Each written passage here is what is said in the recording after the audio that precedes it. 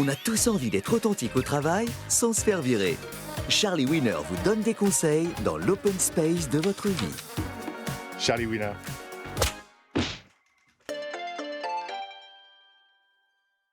Bonjour. Aujourd'hui, j'ai sélectionné une question qui fait mouche de Lucien Rentable, expert des dynamiques coopératives chez Big Partners. Comment raconter ses vacances à la cafette quand on est parti à Vierzon? Je comprends votre peur, Lucien. À la rentrée, chacun raconte ses vacances dans un tour de table à la cafette. Et même si le stage de kitesurf au Brésil de Marc ne vous intéresse pas, ce sera bientôt à votre tour de pitcher votre séjour. Alors, comment vendre du rêve avec Vierzon face à des collègues qui vous jugent? Procédons à une phase d'analyse de la situation. Aujourd'hui, dans l'Open Space, vous êtes évalué sur vos réussites pro et perso. Il faut réussir sa carrière, son gazpacho et ses vacances. L'objectif est de montrer que vous êtes plus heureux que les autres.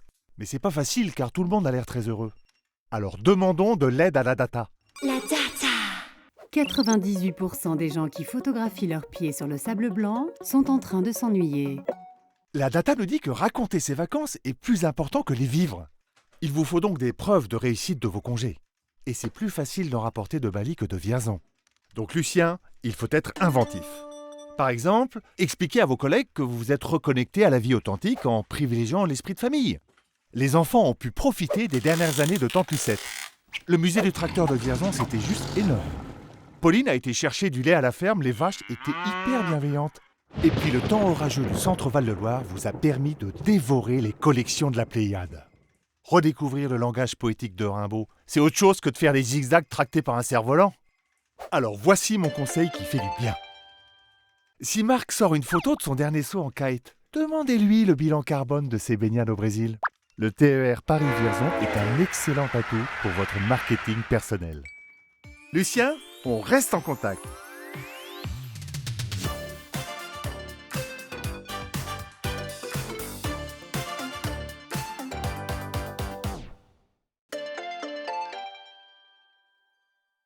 Bonjour. Aujourd'hui, j'ai sélectionné une question qui fait mouche de Kevin Touffret, stagiaire chez Always Consulting. Faut-il signer ses emails par cordialement ou bien à vous? Merci. Quelle bonne question, Kevin. C'est vrai que beaucoup de vos collaborateurs signent cordialement ou bien à vous sans réfléchir. C'est pas une raison pour pas réfléchir. Commençons par une phase d'analyse de la situation. Quand vous signez un mail, vous cherchez à être ni trop familier, ni trop distant. Et c'est pour ça que vous signez cordialement. Ça marche à tous les coups. Mais au bout de 150 cordialement, vous avez envie de tenter un bien à vous. C'est humain. Alors voyons ce que nous dit la data.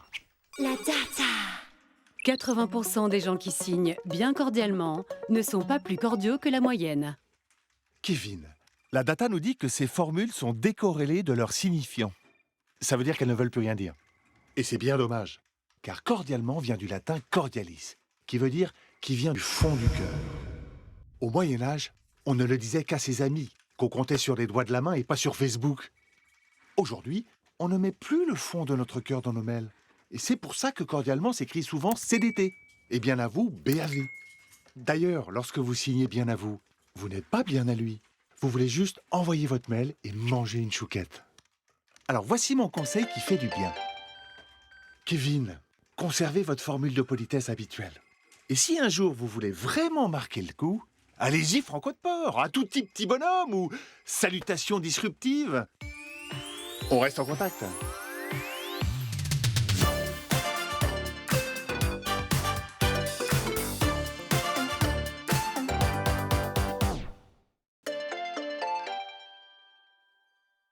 Bonjour. Aujourd'hui, j'ai sélectionné une question qui fait mouche de Sonia Chamé, talentologue chez Lucky Bees. Comment couper sa caméra en visio sans passer pour une ordure? Merci pour cette question, Sonia. C'est vrai que c'est compliqué d'expliquer que vous avez un esprit de co-construction, mais que vous souhaitez qu'on ne vous voit plus. Commençons par une phase d'analyse de la situation. En visioconférence, les gens vous voient. Et quand vous prenez la parole, ils vous voient en gros plan. Et c'est surtout pas à ce moment-là qu'il faut penser à votre nez. Pensez plutôt à parler de manière cohérente. Restez concentré sur ce que vous dites, et puis écoutez vos collaborateurs au lieu de les ausculter. À part pour Michel qui va encore parler sur mute. Heureusement, ce qu'il dit n'a aucune valeur. Bref, La caméra complique nos réunions à distance. Vous avez raison de vous interroger, Sonia. Comment désactiver cette caméra sans passer pour une ordure? Demandons de l'aide à la data. La data. 87% des gens qui sont en visio aimeraient avoir un problème de connexion. Vous voyez, Sonia, la data nous dit que vous n'êtes pas la seule à vouloir désactiver votre caméra. Il y a plusieurs possibilités. Use case numéro 1.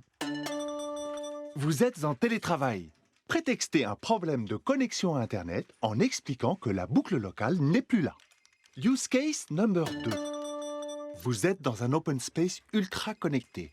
Dans ce cas-là, au lieu de parler de bande passante, parlez management. Expliquez à votre N+1 que la caméra épuise ses équipes. Quand on est filmé, on doit faire attention à plein de choses. Ça oblige à rester dans le cadre au lieu de penser out of the box. Ça rend le silence pesant. Du coup, on dit des choses pas innovantes comme « je prends ton point ». Bref, Sonia, vous avez sûrement besoin d'un conseil qui fait du bien. Sonia, dites à votre N+1 que moins se voir, c'est mieux s'entendre. On reste en contact.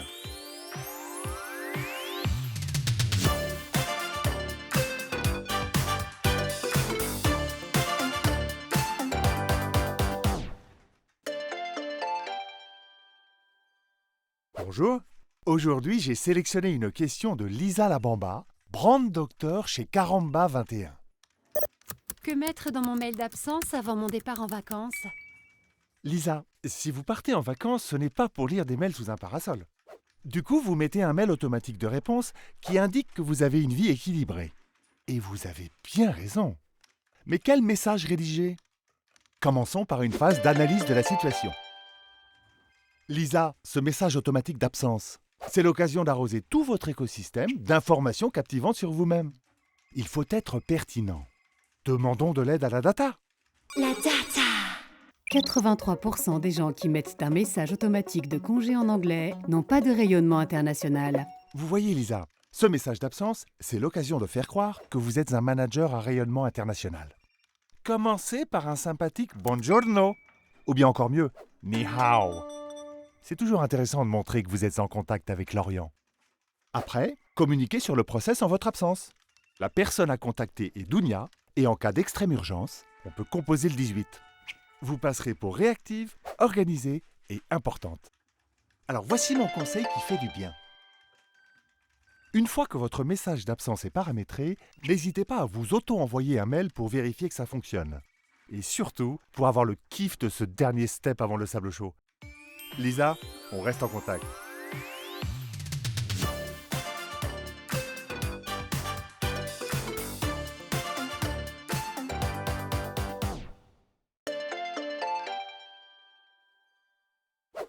Bonjour. Aujourd'hui, j'ai sélectionné une question qui fait mouche de Anna Tienbon, mentor en créativité opérationnelle chez Triceratops. Que répondre à mon N+1 qui dit ça fait sens alors que j'y comprends que dalle? Merci Anna. Votre question fait sens, car à force de dire « ça fait sens », ça n'en a plus. Or, le sens, c'est hyper important pour savoir si on va dans la bonne direction. Commençons par une phase d'analyse de la situation. Anna, aujourd'hui, on ne cherche plus du travail, on cherche du sens. Surtout quand on travaille dans la plasturgie. Alors, pour donner du sens, on dit « ça fait sens ». Comme ça, on n'a pas besoin de s'expliquer. Par exemple, si votre direction vous dit « ce projet de fusion fait sens », vous ne demanderez pas pourquoi on a viré Jean-Claude ainsi que tout son département. Que nous dit la data? La data. 62% des collaborateurs qui pensent que ça fait sens vont dans des directions aléatoires. Eh oui, Anna, ça fait sens ne donne pas la bonne direction, mais l'envie d'avancer. Comme ça, l'entreprise pousse ses collaborateurs à accélérer vers quelque part. Quand De Gaulle disait « La France, c'est la France !» ça n'avait aucun sens. Mais chacun pouvait projeter sa vision de la France. La France éternelle, la France des fromages, la France du nucléaire. Aujourd'hui, Anna, votre N+1 fait son général de Gaulle. S'il vous dit « ça fait sens », ça montre juste qu'il ne sait pas où il va. Et vous non plus. Alors voici mon conseil qui fait du bien. Chère Anna, profitez de ce non-sens partagé pour lui dire que vous êtes en phase. Rentrez chez vous trouver du sens. Lisez du Spinoza. Mangez un tiramisu. On reste en contact.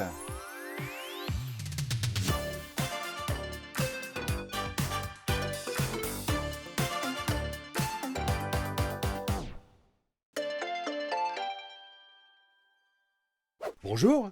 Aujourd'hui, j'ai sélectionné une question qui fait mouche de Thierry Narco, sprint facilitateur at SpaceZ.